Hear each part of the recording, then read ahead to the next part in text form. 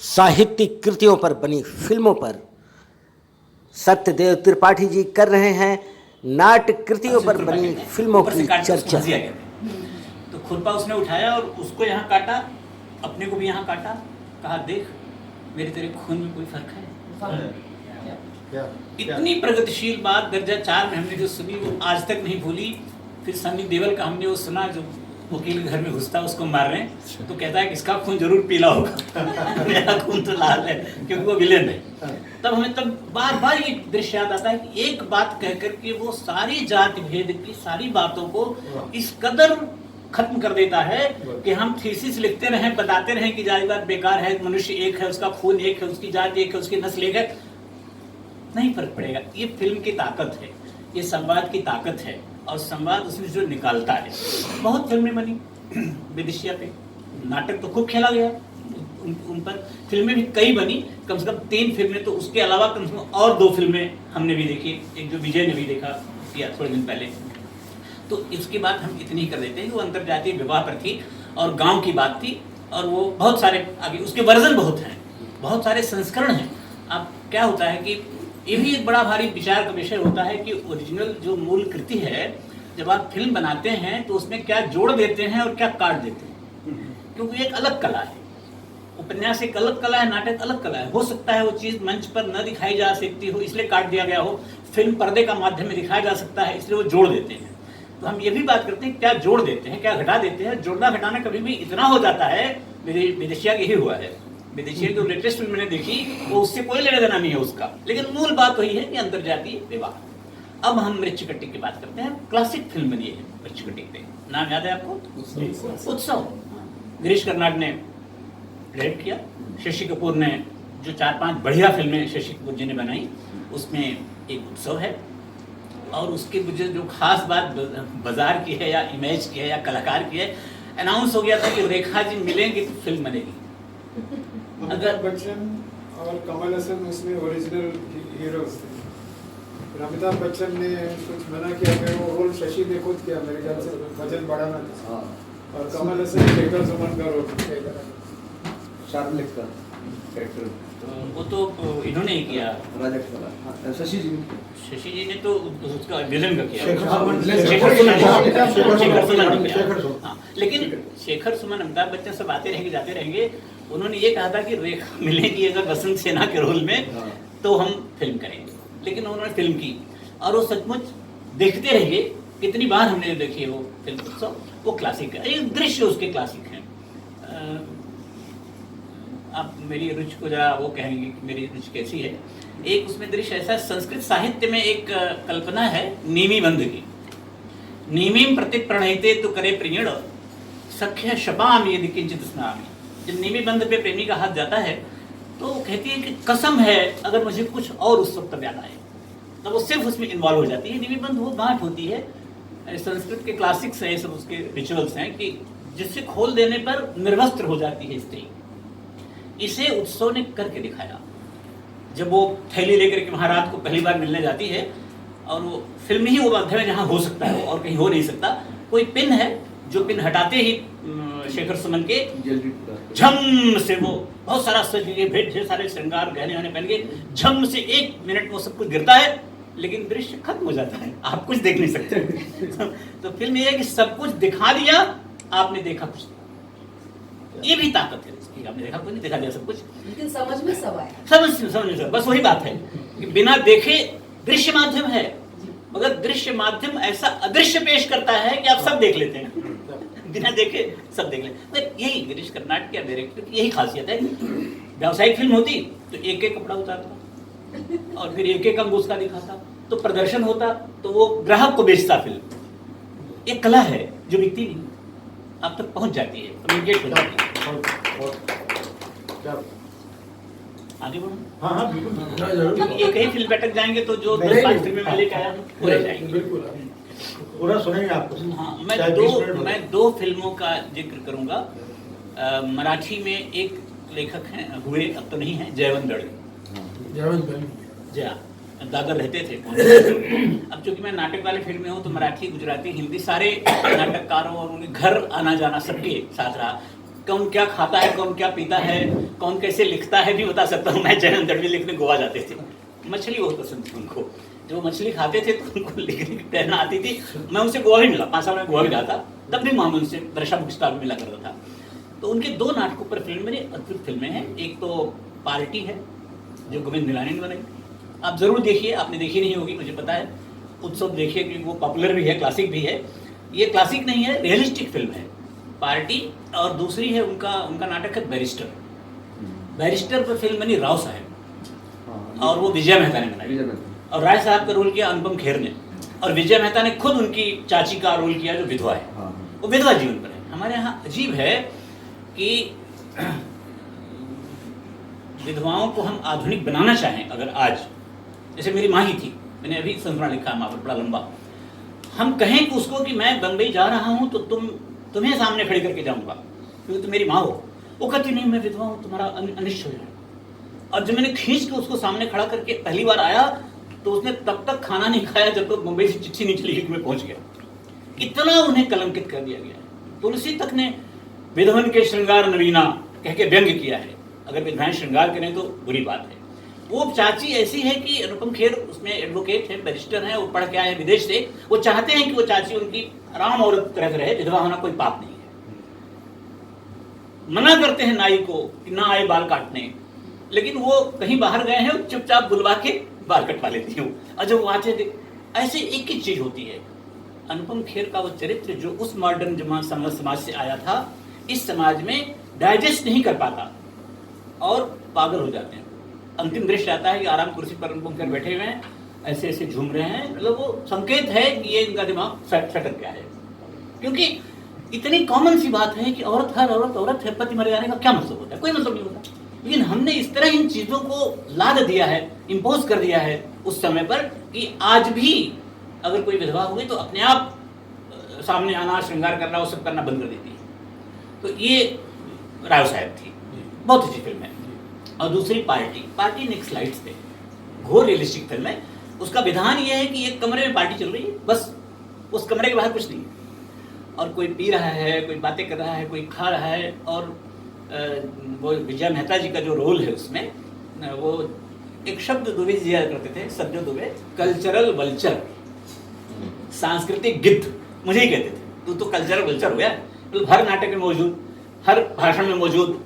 तो गिद्ध जैसे जहां मांस देखता है वल्चर पहुंच जाता है, वैसे जो कला पारखी, कला मर्मज्ञ होते हैं, कला पसंद करने वाले होते हैं, वो जहाँ होता है वो पहुंच जाते हैं। तो वो कल्चर वल्चर, वो कल्चर की अधिष्ठाता है शहर की, बड़ा घर है, बहुत अमीर हैं, उनके ही घर सारे कल्चर एक्टिविटी हुआ करती है। लेकिन वो फिल्म है नेक्स्ट स्लाइड मूवमेंट में। नसीरुद्दीन शाह नहीं आते, पर्दे पर आते ही नहीं, सिर्फ अंतिम दृश्य में आते हैं। नेक्स्ट स्लाइड उनकी जुबान काटती है, फील्ड में काम कर रहे हैं वो। यहाँ हर चर्चा में कोई किसी का प्रेम चल रहा है, कोई रोल की बात कर रहा है, कोई नाटक में काम करना चाहता है। विजय मेहता सब में समर्थ है, तो सब उनकी चमचागिरी में लगे हुए हैं। उन्हीं का घर है, उनका खुद अपना जीवन है जो बड़ा ट्रेजिक है, पति और बेटी को लेकर के, बहू को लेकर के। सब धीरे धीरे उसी पार्टी के माध्यम से एक एक करके सब आता है। बहुत पुरानी फिल्म है, के रैना हमारे रोज के दोस्तों में है, वो यंग थे, शायद उनकी पहली दूसरी फिल्म होगी।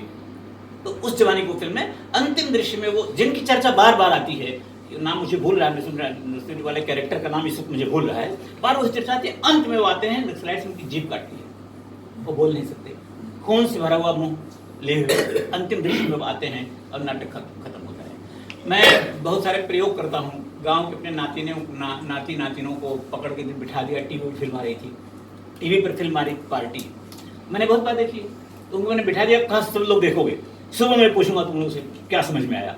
समझ में कुछ नहीं आया लेकिन मैं जब सोता ही था, वो दोनों भाई बहन आपस में बात करते, नाती नाती मेरे, तो कहते वो नाना ने क्या कह दिया फिल्म देखने, कुछ समझ में आया तेरी?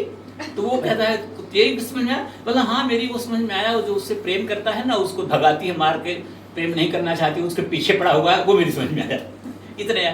तो ऐसी अमूर्त फिल्म है, एब्स्ट्रैक्ट है थोड़ी सी, वो आपको समझ लग जाती। मगर ये जयमन दड़वी की 2 नाटकों में फिल्म है। लेकिन मुझे बात करनी है नट सम्राट की, जो मराठी का नट सम्राट, मतलब नट सम्राट ही है, वो श्री राम लागू थे।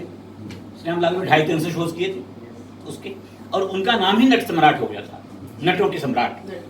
फिर उन्होंने छोड़ा, कह के छोड़ा कि अब दूसरे को चाह दिया जाए, जिसको चांस दिया उसका भी नाम मुझे याद था, इस वक्त भूल रहा है, क्योंकि श्री राम लागू से खूब सारी बातें मेरी 16 घंटे का इंटरव्यू लिया मैंने, 2-2 घंटे रोज 8 दिन पूना में उनके घर बैठ करके मैंदले गैरेज के पास, क्योंकि मैं 4 साल पूना भी था पढ़ाते उन दिनों, और वो 35-40 पृष्ठों में रंग प्रसंग में छपा हुआ है, वो मेरी किताब में है ही। तो बहुत सारी बातें लागू साहब ने लागू साहब ने कहा कि मैं 250 शोज करने के बाद एकदम से मेरा दिमाग बैठ गया, अब मैं नहीं कर पाऊंगा। तो उन्होंने अपने एक दोस्त को ही कराया और इतने उदार थे, उन्होंने कहा कि ही डिड बेटर देन मी। ऐसा था नहीं, मगर उदारता कलाकार की वो होती है, he did better than me. Nat Samrat, Nat सम्राट पर अब फिल्म बनी है, आपने देखी होगी 5-6 साल पहले, 8-10 साल पहले, नाना पाटेकर उस नट सम्राट बने हैं, और साहब अद्भुत है वो फिल्म। आपने अगर नहीं देखी है तो आप जरूर देखिए। मैं तो पगला गया था उन दिनों में, हेड और डीन था अपनी यूनिवर्सिटी, सब में बिल्कुल नहीं मिलता था। एक दिन सब कुछ कैंसिल करके हमारे दोस्त बगल में स्कूल में पढ़ाते थे शैलेश सिंह, उनको पकड़ा, जाके फिल्म देख ली, देखते ही पगला गया। अगले दिन मैंने 90 टिकट खरीदे, Marathi department, Gujarati department, Sanskrit department, English छोड़ के सारी लैंग्वेज डिपार्टमेंट। इंग्लिश वाले हमारी बात नहीं मानते, हिंदी वाले, सबको लेकर के फिल्म देखने गया। और एक दिन का मैंने उस पर सेमिनार किया, एक आर्टिस्ट को ही बुलाया। इस तरह जो फिल्म है कि अगर आप जरा भी कला में रुचि रखते हैं तो नट सम्राट देख करके आप चुप नहीं। हिंदी, अच्छा मैच कटे को हिंदी में आए हम लोग। हिंदी में आषाढ़ एक दिन पर फिल्म बनी, अंधायुग पर नहीं बनी, बननी चाहिए थी। अंधायुग सबसे पॉपुलर नाटकों में एक है, मगर नहीं बनी उस पर फिल्म। सूरज का 7वां घोड़ा पर बन गई। अभी जब आप कह रहे थे कि फिल्म जब बन जाती है तो वही चीज मास तक पहुंच जाती है। उसका शो हुआ था नेहरू सेंटर में, सूरज 7वां घोड़ा का। आपकी बात के पूरक में कह रहा हूँ कि तब मैंने धार्मिक में लेख लिखा था, उसका टाइटल यही था, 40 साल बाद मिला है सूरज को 7वां घोड़ा। 40 साल पहले नॉवेल लिखा गया था, 52-54 का नॉवेल है, 1952-54 का, भारतीय जी का नॉवेल, और फिल्म बनी 80 के दशक में आकर के। तब वो अब लोगों ने देखा। ये तो किताब पे पढ़ी हुई, कितने लोग पढ़ेंगे, एक बार में एक आदमी पढ़ सकते हैं। वहाँ शो में एक बार 200-400 आदमी देख सकते हैं। हालांकि इतनी वो चली नहीं फिल्म, उन दिनों वो लगा हुआ था, ठप्पा लगा हुआ था। एक्सपेरिमेंटल है, प्रयोगधर्मी फिल्म है, समानांतर सिनेमा, नया सिनेमा, एक्सपेरिमेंटल सिनेमा उसको नाम दिया जाता था। और उसका मतलब ये हो जाती, बहुत जल्दी हम लोग कैटेगराइज कर लेते हैं चीजों को, श्रेणीबद्ध कर लेते हैं। आ गया सूरज 7वां घोड़ा, जो फिल्म का वो दर्शक के ब्राउजर में, अरे हमारी फिल्म नहीं, या फेस्टिवल का बोलते हैं। 27 डाउन देख करके हमारे पड़ोसी ने, मैंने उसको दिखाया, फिल्म दिखाई तो पड़ोसी ने कहा ये त्रिपाठी फिल्म है, उसको त्रिपाठी फिल्म नाम दे दिया। और फिर ये फिल्म सूरज की अंतिम किरण से सूरज की पहली किरण तक, ये हिंदी का बड़ा श्रेष्ठ नाटक है, सुना होगा। हाँ, फिल्म बनी मराठी में, अनाहत, और अमोल पालेकर ने ही सूरज की अंतिम किरण पर पहले नाटक में किया था, तब वो छबीलदास में संघर्ष वाले दिनों में करते थे। और उसी वक्त रजनीगंधा रिलीज हुई थी। रजनीगंधा की खुशियां वो नहीं मना पा रहे थे, हिट हो रही थी और वो हीरो के रूप में प्रतिष्ठित हो रहे थे, क्योंकि सेंसर बोर्ड में फिल्म अटक गई थी। सूरज 7वां घोड़ा में ऐसी बात है कि पति को छोड़ करके वो तीसरे से प्रेम करती है। बचपन में किसी से प्रेम करती थी, राजा है जिससे उसकी शादी हो जाती है, सुंदर है, लेकिन राजा नपुंसक। तो उस जमाने में ये प्रथा थी नियोग की, महाभारत के सारे लोग ऐसे पैदा हुए हैं, व्यास बुलाए गए थे। तो नियोग की एक प्रथा थी, मतलब राजा है, पति है, नपुंसक है तो चलता है, उसका परिहार है, दूसरा कोई है तो नहीं चलता। तो जयमाल लेकर के वो अनाउंस कर दिया गया है, सारे वॉलंटियर आए हुए हैं, इच्छुक लोग, और जयमाल लेके जाती है। तो उसमें उसका वो पहला वाला प्रेमी जो गरीब था, इसलिए उसकी शादी नहीं कर पाई थी, वो भी आया है और अब वो अमीर हो गया है। लेकिन वहाँ शादी नहीं करनी है, सिर्फ उसको पकड़ लेना है और उसके साथ रात बितानी है। वो यही उसकी प्रथा थी। प्रोविजन ये था कि एक बार में अगर गर्भ नहीं ठहरता है तो 3 हफ्ते बाद फिर इस तरह का 3, और जब वो आती है पहली बार तो पूरी सभा इकट्ठा है, इसीलिए उस पर वो अश्लील मानी जाती है। पति के अलावा कोई रिश्ता हो रहा है, पति नपुंसक है, रिश्ता हो रहा है, इन्होंने नहीं सोची, नपुंसक से शादी हो रही है, इस पर किसी का ध्यान नहीं जाएगा, इस पर ध्यान जाएगा कि औरत को किसी और के साथ सोना पड़ रहा है। ये हमारा समाज, मूल मुद्दे को नहीं देखते वो लोग। तो पूरी सभासद लोग बैठे हैं और वो आती है, कहती है कि कुछ नहीं हुआ, 3 हफ्ते बाद फिर जाऊंगी, डंके की चोट कहती है, 3 हफ्ते बाद फिर जाऊँ। तो ये कहानी है सूरज की अंतिम किरण से सूर्य की पहली किरण तक। तो उस पर अमोल पालेकर उसके पीछे, अच्छा इसलिए हाँ उसलिए सेंसर बोर्ड में अटकी हुई थी। और अमोल पालेकर वो लड़ाइयाँ लड़ रहे थे उनसे, तब वो भी नामचीन इतने नहीं थे कि उनकी बात सुनी जाए। आज तो कहने सुनी जाए, ये फिल्म आपको मिलेगी भी नहीं देखने के लिए, है ना, क्योंकि अमोल पालेकर अपनी फिल्में रिलीज नहीं कर देते, नहीं देखने के लिए, उनसे आपको परमिशन लेनी पड़ती है। हाँ, ऐसा क्यों? बस उनकी अपनी आदत है। आप उसको यूट्यूब पर नहीं पाएंगे, किसी मीडिया पर नहीं पाएंगे। कहाँ उन्होंने कहीं रखा हुआ है उसमें किसी अभिलेखागार में या अपने घर पे, तो वो जब उनसे आप कहेंगे वो अपने चार्जेस करेंगे या जो भी उनकी शर्तें हैं तब वो जाकर के देंगे, नहीं तो उनकी फिल्में आपको मिलेंगी नहीं। और अच्छी फिल्में बनाई उन्होंने। तो उसमें अनाहत 1.5 घंटे की 1.25 घंटे की फिल्म अनाहत निकल गई, मैं देख नहीं पाया। वहीं लगी, एक थिएटर में लगी थी वो दादर पे जो पुल पे थिएटर है, इरोज में नहीं, दादर में जो थिएटर है वो वही शांताराम का नहीं, प्लाजा एक ही हफ्ते वो लगी थी इरोज में, तो बाद में आई होगी शायद। उस वक्त 1 हफ्ते में निकल गई, मैं पछता के रह गया। लेकिन मैं पूना गया हुआ था किसी काम से, शाम को हमारे मित्र आए, ईरानी होटल में चाय पिला रहे हैं कि तुम ट्रेन पकड़ोगे। पेपर में देखा अनाहत पिक्चर लगी है और वो शिवाजी नगर स्टेशन से 1 किलोमीटर पे यूनिवर्सिटी तरफ आप जाइए तो थिएटर था। मैंने कहा अब तो मैं फिल्म देख के जाऊँगा, चाहे जैसे भी जाना हो। तो भाई साहब ने कहा कि यार तू इतनी दूर जाना है फिर भी फिल्म देखेगा, तो मैं तो इसी शहर का हूँ, मैं क्यों नहीं देखूँ, बेटी को बुलाइए। तब जब वहाँ हम गए तो हमारे गोवा का वो जो मित्र अपनी पत्नी के साथ निकल रहा था, तो उसने कहा, जो 27 नाउन देख करके कहा था कि त्रिपाठी फिल्म है, तो उसने कहा कि सर हमने पूरी फिल्म आपको याद किया, यही कह रहे थे कि त्रिपाठी फिल्म है और निकलते ही आप मिल गए। तो बाबा ने हमारे यहाँ लिखा है, तुलसी ने, जा पर जाकर सत्य सनेहू, जिस पर जिसका सच्चा प्रेम है सोते ही मिले न कुछ संदेह। उसको मिलता है कोई संदेह। मैंने उसको सुना दिया, मेरी आदत है कि मैं टिप देता हूँ कोई लाइन, अगर कोई कुछ कहता है तो। मैंने सुना, वो बड़े खुश हुए, वैजयंती और कुमार चले गए और हमने वो फिल्म देखी अनाहत, 1.25 घंटे की फिल्म है, सोनाली कुलकर्णी को लिया उन्होंने उसमें। तो ये दीवानगी होती है। जो मैं कह रहा था, आषाढ़ के पे फिल्म बनी, मणिकौल साहब ने बनाई, हम नहीं देख पाए, हमें नहीं पता कैसी है फिल्म। वही उन्होंने कालिदास का रोल किया था, जो नाटक में करते थे एनएसडी वाले, वो एनएसडी के सबसे मशहूर एक्टर ओम शिवपुरी। मैं मनोहर सिंह बोले, अब यही कंफ्यूजन होता है, मनोहर सिंह ओम शिवपुरी, ऐसे ऐसे छवियां हमारे मन में गड़बड़ होती रहती है। तो ओम शिवपुरी और उसमें ये थी अरुणा ईरानी थी, लेकिन हमने सिर्फ रिकॉर्ड पढ़ा है, हमने देखा नहीं। आधे अधूरे फिल्म बनी, रिलीज नहीं, अधूरी रह गई, पूरी बनी नहीं। ये मुझे दिनेश ठाकुर ने बताया, क्योंकि वो उसमें जी मोहन राकेश, ये दोनों मोहन राकेश के। मोहन राकेश के 3 नाटक हैं बहुत मशहूर। आषाढ़ का एक दिन, आधे अधूरे तीसरा है, और बीच में है लहरों के राजहंस। तो लहरों के राजहंस पर तो नहीं, लेकिन आषाढ़ के दिन बनी है, वो हम देख सकते हैं कभी। मणिकौल साहब की फिल्म है, मणिकौल की फिल्में, मतलब हम जैसे लोग भी मणिकौल साहब की फिल्में देखने में थक जाते थे। मतलब आप वो देख रहा था उन्हीं में फिल्म, वो कोर्स किया मैंने फिल्म का, पूना वाला फिल्म एप्रिसिएशन, तो उसमें रोज 2 फिल्में दिखाते हैं, क्लासिक्स दिखाते हैं, वर्ल्ड क्लासिक। मैं तो उसलिए गया ही था, तो उनकी वो फिल्म चल रही थी, नाम नहीं याद आ रहा है, मतलब बूंद एक वहां से गिर रही है, तो दृश्य कैसे बनाते हैं वो, बागीचा है, बारिश हो रही है, एक बूंद सबसे बड़े पेड़ की सबसे ऊंचाई पर से गिर रही है, टप टप टप टप, आप देखते रहिए 4 मिनट का जमीन पर ना आ जाए, जब तक वो जमीन पर नहीं आएगी तब तक आपको देखना है। तो ऐसी उसकी रोटी, मैंने उसकी रोटी मोहन राकेश कहानी पर है, मणिकौल की फिल्म। उसकी रोटी मैंने, तब मैं 11th-12th को पढ़ाता था, मेरी बिगिनिंग के दिन थे, शुरुआती दिन थे, बच्चों को भेज दिए, बगल में कला मंदिर टाकिस थी, वो बांद्रा ईस्ट में, सब गए, दूसरे आगे चढ़ गए मेरे ऊपर, क्या आपने भेज दिया था? उन्होंने कहा क्या हुआ? अरे एक औरत रोटी की पोटली लिए खड़ी है, उधर से ट्रक आता है, वो रोटी लेता है, ट्रक चली जाती है, वापस चली जाती है, फिर यही होता है, फिर और है क्या उसमें? लेकिन बच्चे नहीं समझ पाए उसकी रोटी मोहन राकेश की कहानी।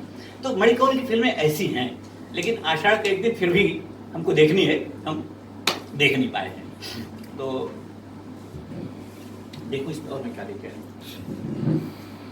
इसीलिए कागज छोड़ा नहीं मैंने। क्योंकि नाम भूल जाते हैं। 72वां साल चल रहा है मेरा। अच्छा, लगता नहीं है। घरौंदा, हाँ? घरौंदा घरौंदा। सबने देखी होगी, श्री राम। अमोल पालेकर की।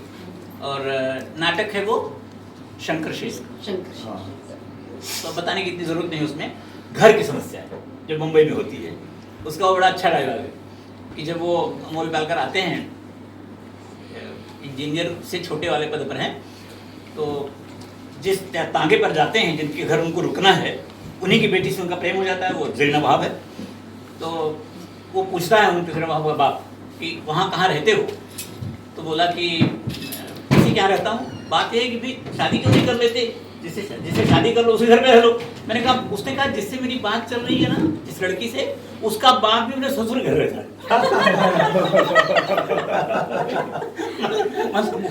वो भी पॉसिबिलिटी नहीं है। तो घरौंदा नाम ही बताता है।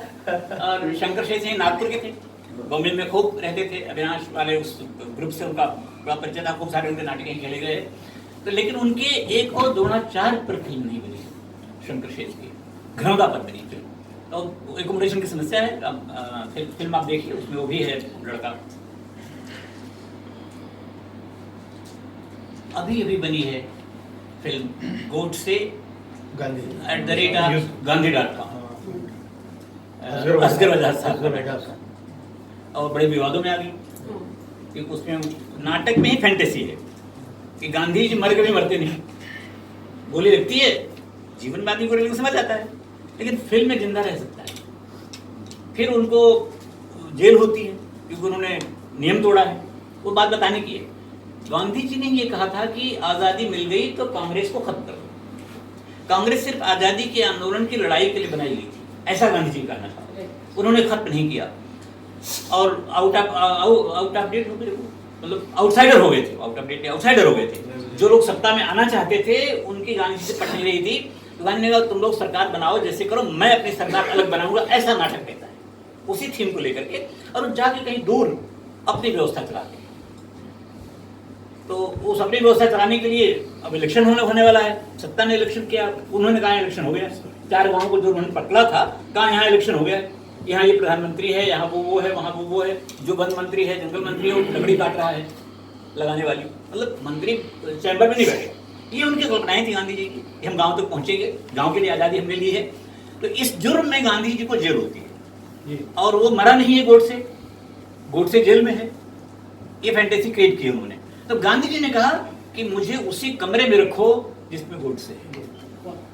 ये गांधी तो है, ये जिसने उनको मारा। हाँ, यही गांधी रखो वहाँ। और वहाँ रखा गया तो उन दोनों की बातचीत है।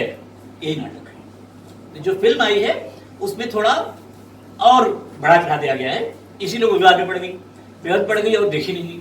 लेकिन मैंने अपने पीवीआर वाले घर के पीछे देखा तो मन हुआ कि तुरंत टिकट खरीद के अगला शो भी देखूं। मैंने वहाँ से फेसबुक पोस्ट लिखी कि अगर मेरा मित्र कोई इसको पढ़े और फ़ोन कर दे कि मैं आ रहा हूँ देखने, तो साथ में मैं 2 टिकट खरीदूंगा, तभी देखूंगा, नहीं तो नहीं देखूंगा। किसी का फ़ोन नहीं आया, नहीं देखा। दूसरा शो नहीं देखा। लेकिन अब दूसरी फिल्म बन रही है, वही लोग बना रहे हैं। क्या नाम है उनका? राजकुमार संतोषी। 7वें रोड उनका घर है, 5वीं पर मेरा घर है। अच्छा। मगर नाम भूल जाते हैं।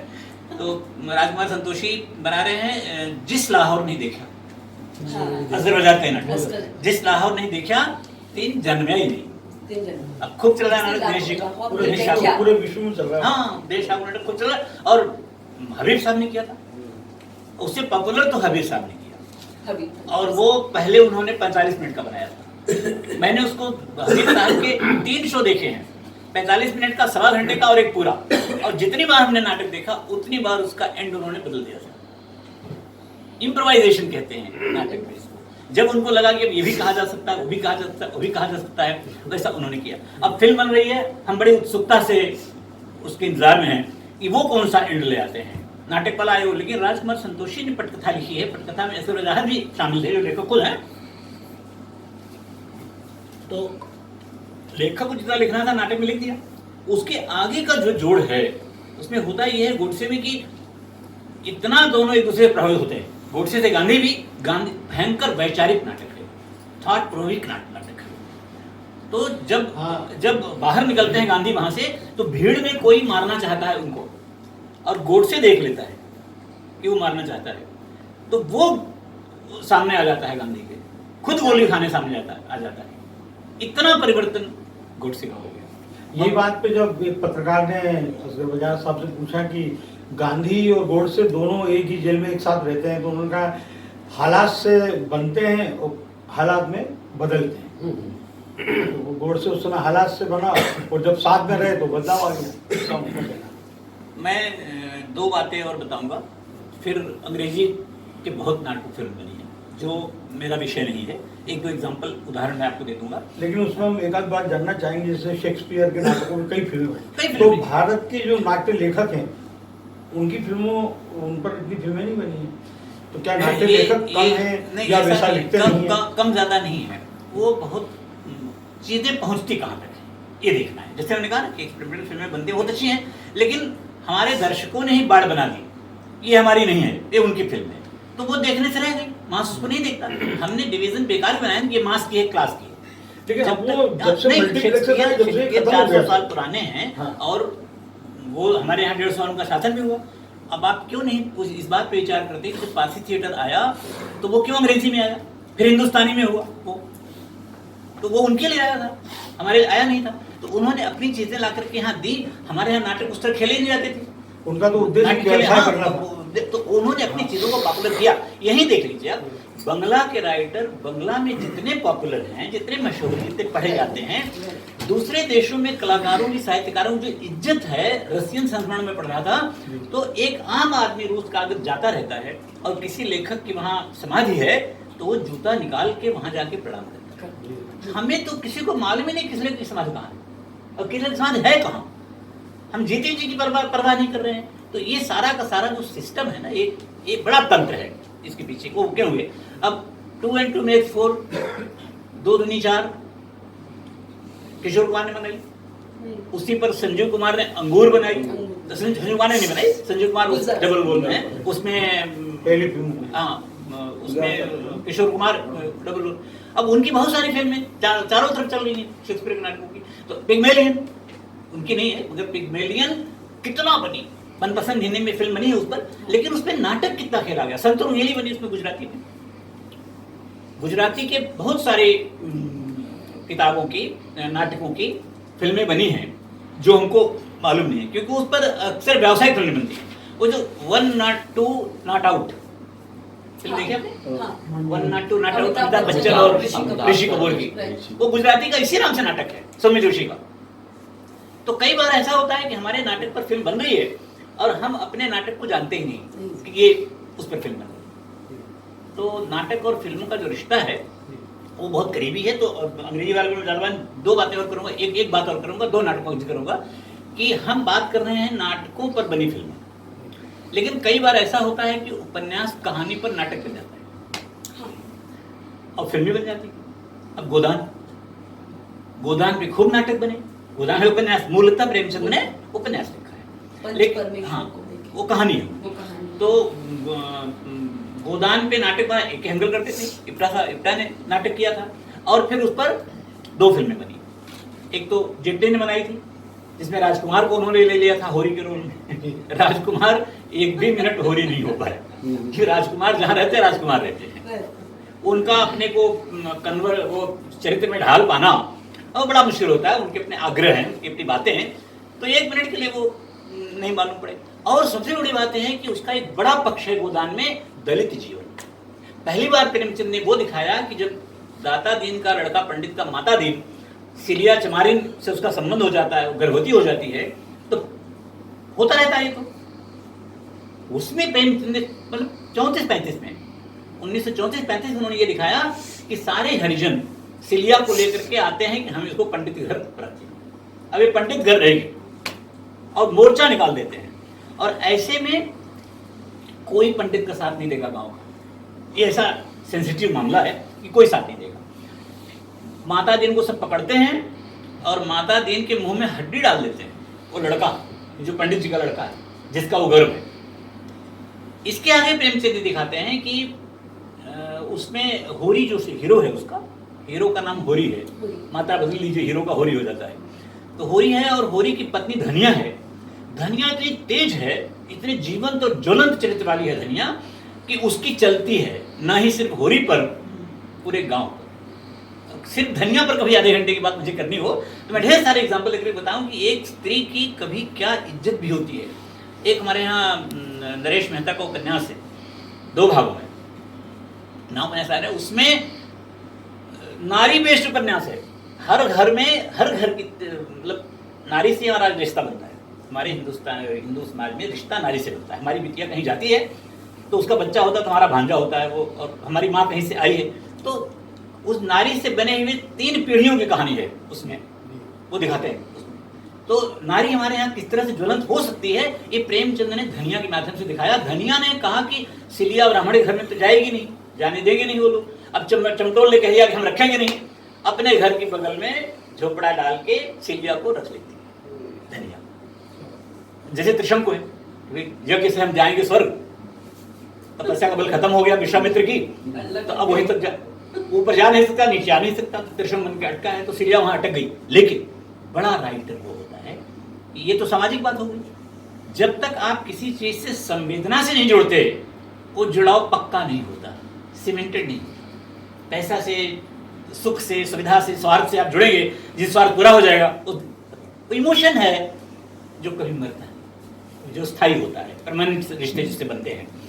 तो हमारे यहाँ गांव में आज भी, अब तो मोदी जी ने कर दिया हर घर में इलेक्ट्रिक, तब तो बिल्कुल नहीं थी। हम सब खेतों में जाया करते थे, तो हर औरत भी खेत में जाती थी। औरत का ही मामला होता था कि वो उजाला होने के पहले सुबह और उजाला जाने के बाद शाम को, वो 2 बार जाती थी। तो जब वो सिलिया चली जाती, बच्चा हुआ उसको, बेटा हुआ, सिलिया चली जाती है, तो जो माता दीन है उसको उत्सुकता होती है, जाके बेटा तो मेरा ही है, जरा देखूं कैसा है। तो वो जा करके झोपड़े में देखता है, और एक दिन अरे वाह, वो धुरंधर बकता तो थे, फिर मेरी क्या जरूरत थी। आप कुलगुरु हैं,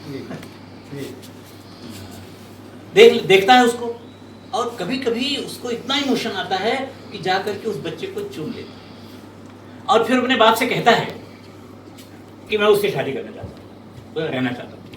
ये एकता या ये विकास प्रेमचंद के यहाँ है। लेकिन जेटली ने क्या किया कि ये पूरा एपिसोड ही छोड़ दिया, उसमें दलित जीवन है ही नहीं। क्या मतलब उस फिल्म? फिर सरकार ने पैसे दिए, 5 घंटे की फिल्म बनी गोदान पर टेलीविजन के लिए, और वो गुलजार साहब ने बनाया। लेकिन एकदम मैंने देखा 5 घंटे वाली फिल्म, मगर मैं एकदम असंतुष्ट हूँ। वो समझ ही नहीं पाए, या नहीं समझ पाए वो उनके जो ड्रेस डिजाइनर हैं, क्या नाम है उनका, जो उनका वो करते हैं वेशभूषा वगैरह, सब हमारे मित्र हैं, नाम ही नहीं याद आ रहा है। तो उन्होंने क्या किया, सलीम आरिफ ना, हाँ सलीम आरिफ। अब वो 34-35, आज भी आप हमारे गांव में चले जाइए तो जूता पहन के कोई खेत में नहीं जाता। ठंडक के महीने में मेड़ तक जरूर जाएंगे वो, नहीं तो नहीं जाएंगे। 33-34 का उपन्यास लिखा हुआ है, और वो होरी जैसा गरीब आदमी, जिसको खाने का सुलभ नहीं है, जिसको बैल के लिए भूसा नहीं मिलता, वो उधार लेता रहता है, उस आदमी को जो राजाओं वाली परेटी पहन करके वो खेत में जाता है। इतनी शफाफ दरी पर वो बैठता है, और वो हुक्का पीता है जो जमींदार लोग पीते हैं। आप गोदान की हत्या कर रहे हैं गुलजार साहब, और ये मैं कह नहीं रहा, मैंने लिखा भी है, और सलीम आरिफ से तो कहा भी। तो कैसा शो लोग करते हैं। तो ये फिल्म आप बना रहे हैं, तो आप देखिए कि हम कब का है, किसका है, किसको बना रहे हैं। तो ये बड़ा जरूरी है कि हम कृति का और जो फिल्म बनी है उसका समानांतर अध्ययन करें। मैंने लंबा लेख लिखा है, साहित्यिक कृतियों पर बनी फिल्मों का समानांतर अध्ययन, मतलब 35-40 पृष्ठों का है। तो बहुत सारी फिल्में उसमें ली है मैंने। तो बस मेरे ख्याल से